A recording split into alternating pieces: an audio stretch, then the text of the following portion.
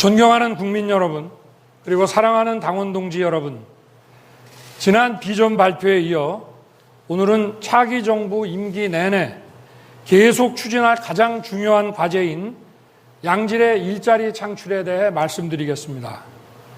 일자리는 국민의 삶 그 자체이고 최고의 복지입니다.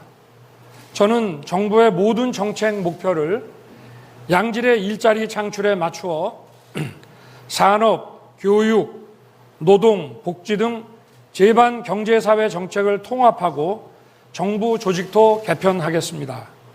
현 정부 4년을 보면 주 근로시간 36시간 이상의 양질의 일자리 취업자는 123만 명이 줄어든 반면 36시간 미만의 불완전한 일자리 취업자는 148만 명이 늘었습니다. 단시간 근로자 수는 현저히 증가하였고 고용의 질은 크게 저하되었습니다. 또한 연평균 취업자 수 증가는 지난 정부 36만 4천 명에서 12만 4천 명으로 3분의 1 수준이 되었습니다. 직접적인 재정 지출에 의한 보여주기식 일자리 만들기와 소주성의 결과였습니다. 윤석열 정부는 민간이 주도하는 양질의 지속 가능한 일자리 창출을 다음과 같은 3가지 방향으로 추진하겠습니다. 먼저 일자리 수요 공급 패러다임을 전환하는 것입니다. 그리고 그 기반하에 기업 성장에 의한 민간 주도 일자리 창출과 사회 서비스 일자리 창출의 쌍끌이 전략을 통해 좋은 일자리를 충분히 만들겠습니다. 나아가 국민들의 일자리가 끊어지는 불안과 고통을 겪지 않도록 정부가 적극 나서 일자리를 이어드리겠습니다. 먼저 일자리 수요 공급 패러다임의 전환에 대해 말씀드리겠습니다. 규제 혁신과 합리적 노사관계의 정립으로 기업의 투자와 일자리 수요를 증진시키고 맞춤형 인재 공급 시스템 개편을 통해 일자리를 창출하겠습니다. 규제 영향 분석 전담기구를 만들어 일자리 창출에 방해되는 규제는 과감히 혁파하여 기업의 자율성을 보장하고 창의와 혁신을 유도하겠습니다. 노사관계는 노동의 가치를 중시하고 지속가능한 고용을 보장하되 노동의 양극화를 해소하고 노사관계를 글로벌 스탠더드에 맞추겠습니다. 바이오, 반도체, 데이터, 인공지능 기반의 첨단 미래 산업을 포함하여 다양한 산업 부문에서 필요로 하는 인재들이 현장 중심 맞춤형 교육을 통해 배출될 수 있도록 인재 양성 시스템을 개편하겠습니다.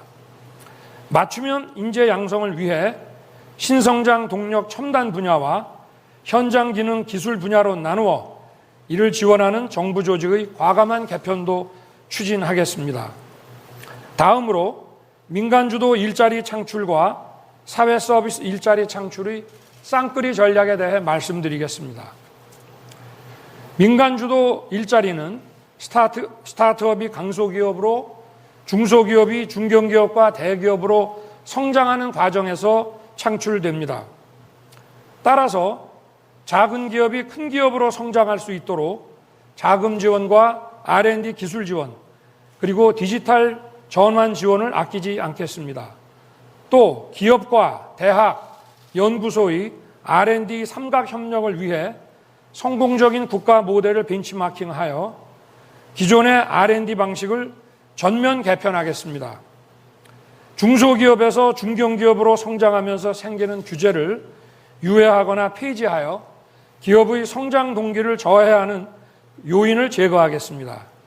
차기 정부 출범 즉시 약 80여 개의 대표적인 규제를 폐지하고 축소되는 혜택은 일정 기간 유예하겠습니다. 지원 대상은 광범위한 나눠주기식이 아니라 국제 경쟁력을 기대할 수 있는 중소기업에 집중적인 재정 지원과 함께 금융시장의 자금 중개 기능도 강화하겠습니다. 고용 효과가 큰 비대면, 의료, 문화 콘텐츠 분야의 벤처기업 중 국제 경쟁력이 있는 기업을 집중 지원하여 유니콘 기업 약 50여 개를 키워내겠습니다. 특히 수요가 공급을 선도하는 문화산업은 상품 소비에 대한 세제 지원을 통해 양질의 문화예술 분야 일자리를 창출하겠습니다. 사회 서비스 일자리는 저출산 고령화 시대의 복지만이 아니라 성장 동력으로도 중요한 의미를 지니고 있습니다. 보편적 복지 분야는 현금 지급을 지향하고 사회 서비스 중심으로 구축하겠습니다. 그리고 복지 전달 체계의 첨단 기술을 접목하여 양질의 사회 서비스 일자리를 창출하겠습니다. 사회 서비스 재정 지출은 민간을 통한 간접 지출 방식을 확대하여 경쟁과 효율을 유인함으로써 서비스의 질적 수준과 일자리 수준을 높이고 경제 성장의 동력으로 삼겠습니다. 다음으로 든든한 일자리 이어주기에 대해 말씀드리겠습니다. 근로자의 기능 향상과 재취업을 위한 직업교육과 보육 그리고 돌봄의 확실한 국가 책임제를 실현함으로써 일자리의 단절을 방지하겠습니다. 국가가 인정한 아이 돌보미를 가정에 파견하여 코로나 시대에 아동의 건강을 지키고 돌봄의 사각지대를 해소하겠습니다. 어린이집 교사 대비 아동 비율을 적정선으로 줄여 어린이집 보육 서비스 수준도 획기적으로 개선하겠습니다. 직장에서는 전일제와 시간제의 자유로운 선택이 가능한 유연한 일자리 시스템을 마련하겠습니다. 아울러 국제협력을 통한 해외 일자리도 적극 발굴하여 국민들의 일자리 기회도 확대하겠습니다. 저는 국민들에게 양질의 일자리를 만들어드리기 위해 국가 재정을 알차고 짜임새 있게 그리고 투명하게 운영하겠습니다. 국민 여러분, 저 윤석열은 모든 정책 역량을 투입하여 지속가능한 양질의 일자리 창출을 반드시 해내겠습니다. 감사합니다. 네, 윤석열 후보였습니다. 감사합니다. 네, 원희룡 후보께서 이제 질문을 해주셔야 되는데 계속 메모를 하고 계시더라고요. 지금 연설하시는 때 보니까요. 네, 질문 부탁드리겠습니다. 예, 윤 후보님 발표 잘 들었습니다. 그 발표 내용과 관련해 가지고 한 두세 가지 질문을 드리겠습니다. 우선 그 현장 중심의 맞춤형 그런 직업훈련 교육을 말씀하셨는데요. 현재에도 정부에서는 내일 배움 그 카드를 통한 직업훈련에 대한 지원도 있고요. 폴리텍 대학 등 나름대로는 직업훈련 연계 기관들이 있습니다. 이런 것들의 문제점이 어떻기 때문에 어떤 방향으로 고치겠다는 것인지 그게 첫 번째 질문이고요. 두 번째는 유니콘 기업까지 키우시겠다면서 작은 기업들의 자금 지원, 기술 지원해서 큰 기업으로 지원하겠다 그러셨는데 지금도 나름대로는 자본시장이라든지 금융 여러 가지 지원 제도, R&D 제도들이 있습니다. 현재의 그런 기업 육성 정책의 핵심적인 문제점이 무엇이기에 지금 그에 대한 대안을 제시하시는 것인지, 그리고 마지막 세 번째로는 보육에 대한 국가 책임제, 그리고 뭐 아이 돌보미 파견까지 얘기하셨는데요. 지금 현장에서는 어린이집과 유치원을 통합하는 것이 이슈입니다. 이거에 대해서 어떻게 생각하는지 세 가지 질문입니다. 네네. 그 현장 중심 맞춤형은 두 가지가 있는데요. 그 현장의 그 기능 기술을 어떤 것이 필요한지, 그러니까 우리가 지금 규제를 완화해서 기업이 그 투자 수요와 또 일자리 수요를 키워주는 부분이 있는 반면에 또 지금 기업에서 필요로 하는 그 인력 공급이 제대로 안 되고 있는 맹점이 있습니다.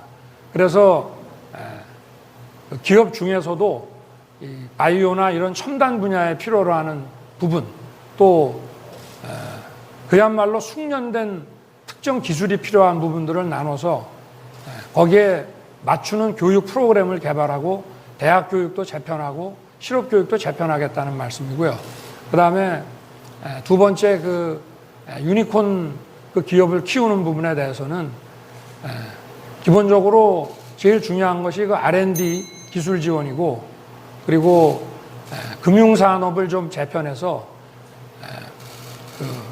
이게 결국은 자산가치 1조 이상의 기업들이 많이 나오려고 그러면 투자가 많이 이루어져야 되기 때문에 지금 이런 기업들의 자금 중개를 매개할 수 있는 그런 금융산업을 많이 키워서 기업들의 가치가 제고되게 그렇게 하고요.